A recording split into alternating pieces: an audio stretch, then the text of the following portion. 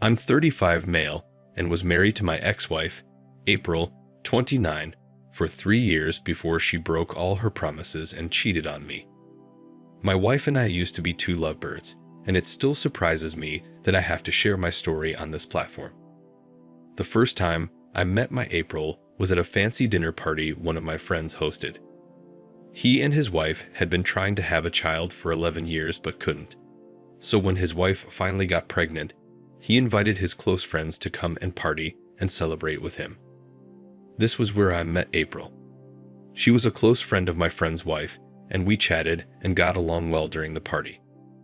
Coincidentally, when I got home that evening, as I was scrolling through my Facebook feed, April's picture popped up on my People You May Know notification, and I considered that as a sign from the universe.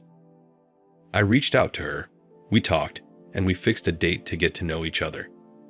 Eventually, our first date led to more dates and a relationship. Then we married. April was such a beautiful soul, and marrying her felt like a dream come true. She was perfect for me, and she was a very hardworking woman. She worked as a marketer, and I worked in a furniture shop as a carpenter. April was calm, peaceful, and much of an introvert. I was the extrovert, and we complemented each other. We never had any issue we could not resolve for the first 2 years of our marriage, but this changed in the 3rd year. The 3rd year of our marriage became a war zone, and April no longer listened to me like she used to. She did what she wanted and did not care about me or anyone. Before our fight started, April and I never disrespectfully raised our voices at each other. We loved each other so much, and I didn't think I'd survive without her. And because we were not ready to have children yet, April and I decided to wait for at least 2 years before we had a child, and that was exactly what we did. Before April got pregnant, she was the kind of woman that was obsessed with her body. She hated belly fat or anything that would make her look awkward in her dress. Initially, I thought it was normal for women to care so much about their looks and body, but I didn't think April would continue with her obsession even after she gave birth, but I was very wrong. As a matter of fact, her obsession with her body became worse. Shortly after she gave birth to our baby boy, she started making a fuss about her body and how much her body had changed. Her mom and I explained that it was normal for pregnant women to add extra pounds while pregnant, and she should quit making a big deal out of it. When her complaints started, there was literally nothing we didn't say to April to make her snap out of her getting her old body back in the same month. Her mom even told her that it took years for her stomach to go down and for the stretch marks to disappear after she had April. She said this because she believed it would get April to change her mind and go easy on herself, but April didn't listen. April told her mother to her face that her mother's body was different, and just because her mother agreed to walk around with a sagging stomach and stretch marks for years did not mean she would do the same thing. So it got to a point where we all stopped talking about it and we allowed her to do her thing. After arguing with me and her mom for weeks, April started doing home workouts. She signed up on a fitness app, but no matter how she worked out, she still wasn't satisfied. Because of her obsession, she barely had time to look after the baby. She would leave her mother with the responsibility of taking care of our child and would work out at least 6 hours a day to the extent that her entire body and bones would hurt her, but she wouldn't stop. Not to sound like a pessimist, but weeks after she started her rigorous workout sessions without rest, she broke down, and I was happy. For me, her excessive workout was a major thing of concern to us. So after she had broken down and realized she had bitten off more than she could chew, she stopped on her own. When she stopped, it was a relief for me and her mom. Her mother had to abandon everything she was doing at home to come and live with us so she could look after the baby. She knew April was in no condition to care for her baby, so she had to stay for her grandson.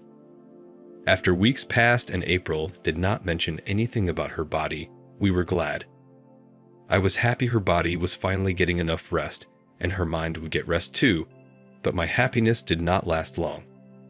While we were having dinner with her mother one evening, April said she had something to tell us. Initially, I thought she would say something about taking full responsibility as a mother, but no, it was about her body. She told us she stumbled on a yoga class page on Facebook and she would love to enroll in it. Then, she went on to say that she knew I wouldn't understand her because I wasn't the one who bore our son for 9 months. I knew she was emotionally blackmailing me, so I said she should enroll. During that week, she was quiet. I tried to look at things from her angle and read about postnatal depression online. I thought I understood what she was going through then, so I didn't want to make things more complicated for her. Fast forward to the following weeks. April started her yoga classes and attended them religiously. Shortly after she joined the yoga classes, I noticed that she looked happier and her excitement over the little things of life returned. Before she joined the yoga classes, I was always careful with my words, and I had to think twice before complimenting her because she picked offenses quickly. For example, if she wore an old dress and I tell her she looked beautiful, she would say I was mocking her and make a fuss about it. The same applies to her looks and every other thing. If I called her beautiful, she would say something like, "I'm sure you meant to say fat," and she would ruin the moment. But after she started her yoga classes, she was like a teenage girl trying to explore the world. Most times, she would even come to me and ask how she looked in her sketches or whatever she wore. She became more concerned with her looks in a more positive way. Honestly, I was impressed and happy that my wife was gradually returning. I believed that the influence of the other women from her yoga class was finally rubbing off on her, and she was beginning to view her body from a different dimension. While all of this happened, her mother was still with us. We expected she would also change in caring for our child, but this is one area we had a problem with. April depended on her mother to care for our son and would prefer to leave breast milk in bottles and breastfeed our son directly. As if that wasn't enough, she moved from attending her yoga classes once a day to twice a day. When this happened, I complained to her that yoga classes were taking all her time and she no longer spent time with us, her family, like she used to. But April didn't listen. She started getting defensive and would say things like, "You're joking if you think I will quit my yoga classes just to spend time with you." The most annoying part of it all was, she was given a few months leave from work to look after our baby, and she spent most of that time doing something else. Within a twinkle of an eye, we moved from the happy and peaceful couple we were known as to a couple that always argued. There was no day we didn't argue. If it wasn't about her yoga classes, it would be about the house and how she left the responsibility of cleaning, cooking, and laundry to her poor mom, who was already struggling with caring for our baby. On my end, I tried as much as I could to balance work and looking after our son. Our son was a night owl and loved waking up at night. I knew I had to carry him around at night because my mother-in-law would be so exhausted by then. On her end, April did not care if our son woke up at night. She would cover her head with a pillow whenever he started crying, and I would be forced to go and get him. She wanted her beauty sleep of 10 hours. This happened almost every night, and I got fed up at one point.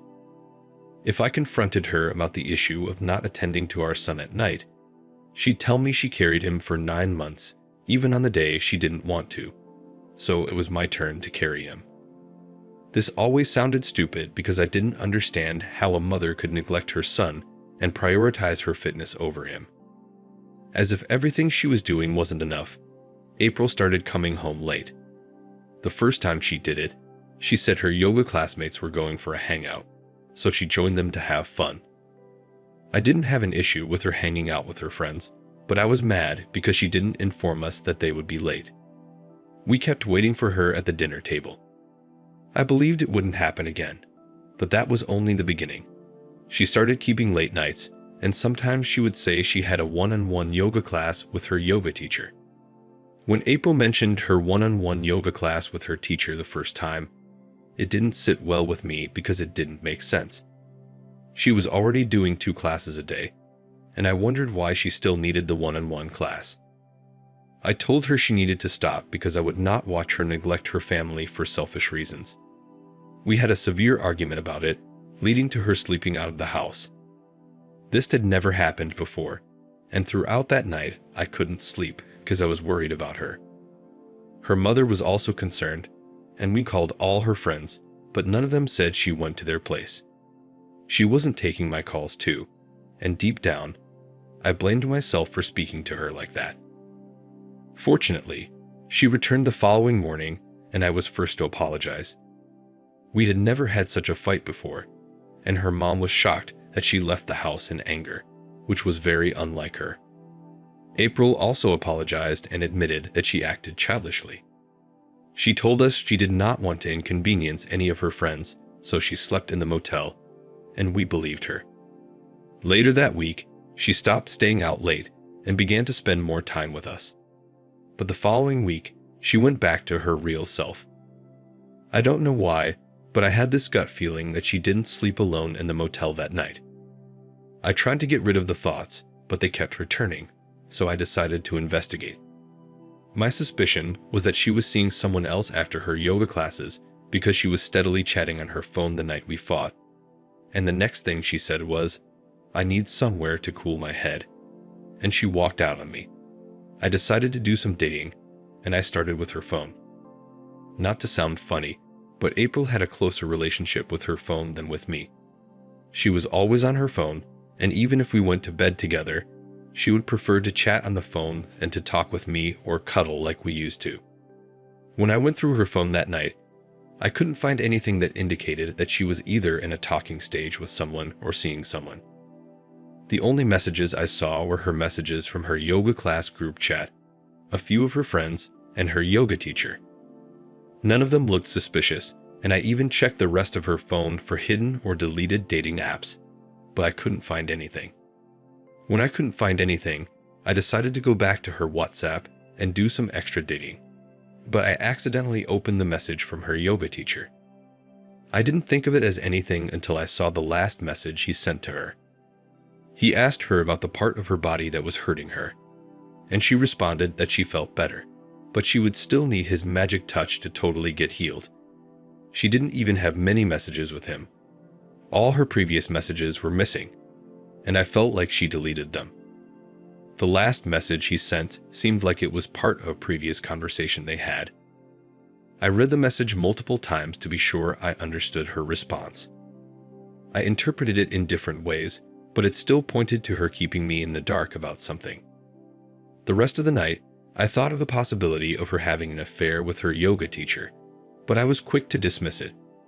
But the following day, when I saw how excited she was to go to her yoga class, the thought crawled back, and I decided to find out myself.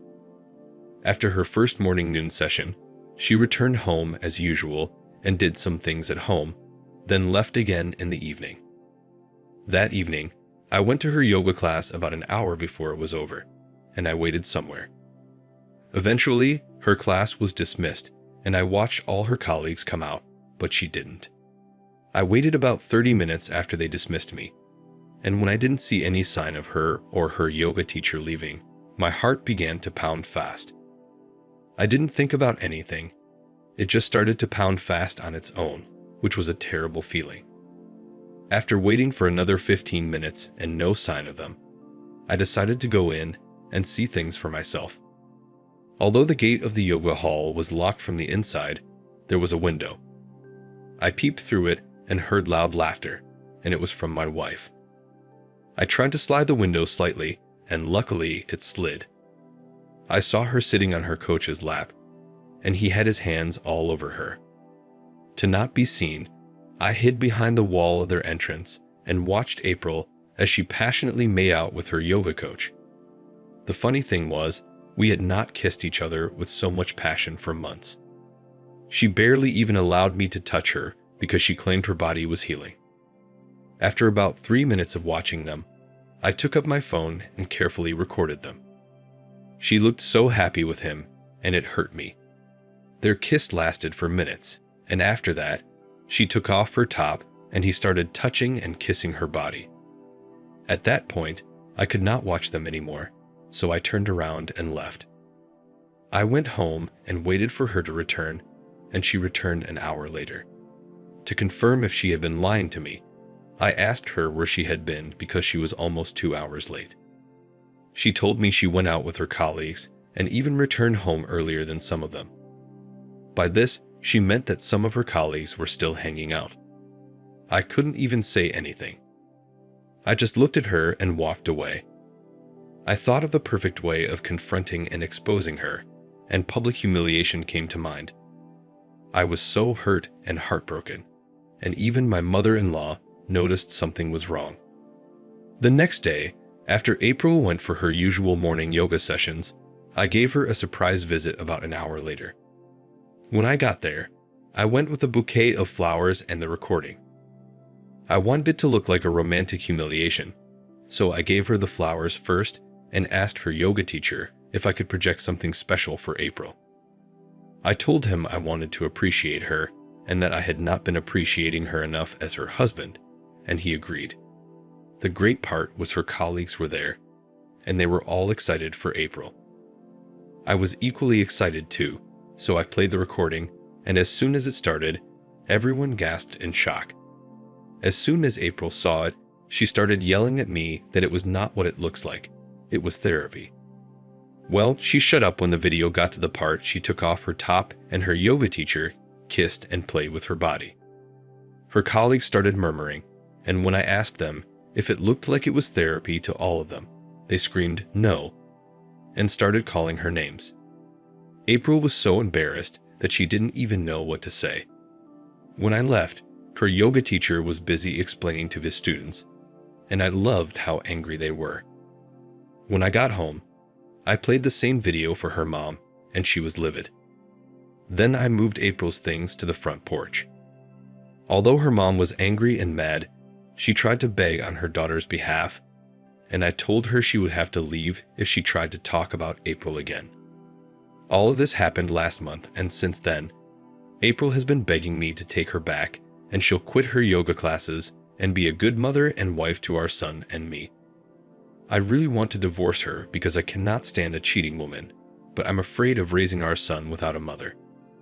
He's barely 5 months old. What do I do? I'm so confused. Now for the first update. Hello everyone. Thank you for your comments. I did as you all advised. For those asking if I didn't see any signs that April was cheating on me, the truth is I didn't. I was so occupied with working hard and caring for our home that I didn't notice. Besides, it is unimaginable to think that a woman who had delivered a baby 5 months ago would cheat. If it weren't for the night she slipped out of the house and returned all happy in the morning, I wouldn't have known she was cheating on me. It still shocks me that after all my sacrifices for her, she could cheat on me like that. Most of you are right. She wouldn't decide to change if she wasn't caught. She would keep messing around with him, and who knows? She would have brought home his pregnancy. Someone here commented that I should do a paternity test on our son, and I did that. We are a match, and I'm so relieved he's mine.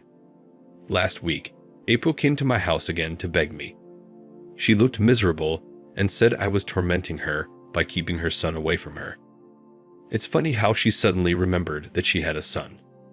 All those months, she neglected him and only breastfed him the week and a week after he was born. Yet, she could take off her clothes to let her yoga teacher suck and play with her body. When she realized that her pleas were falling on deaf ears, she tried to beg her mother to talk to me, but that didn't work too. Speaking of her mom, I can't begin to explain how supportive her mother has been. After the last time I asked her if she would beg on April's behalf if I were her son, she stopped begging and has been looking after her grandson. The thing now is, April is mad at her mother for taking my side and not hers, and the last time she came, she made a scene and said her mother ruined her marriage. She said her mother should never have come to help with the baby because she snatched me from her. How dumb. After that day, she disappeared for a while and did not call me or show up at the house. But after she got served 4 days ago, she came back. She said I was wicked to divorce her because she cheated on me once.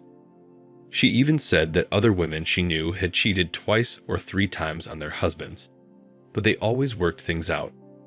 I didn't know what to say to her, so I let her rant until she was tired. She started abusing her mother when she was tired of yelling my name and making a scene. She called her mother all sorts of names and said her mother and I were having an affair and that her mother was shameless to snatch her daughter's husband.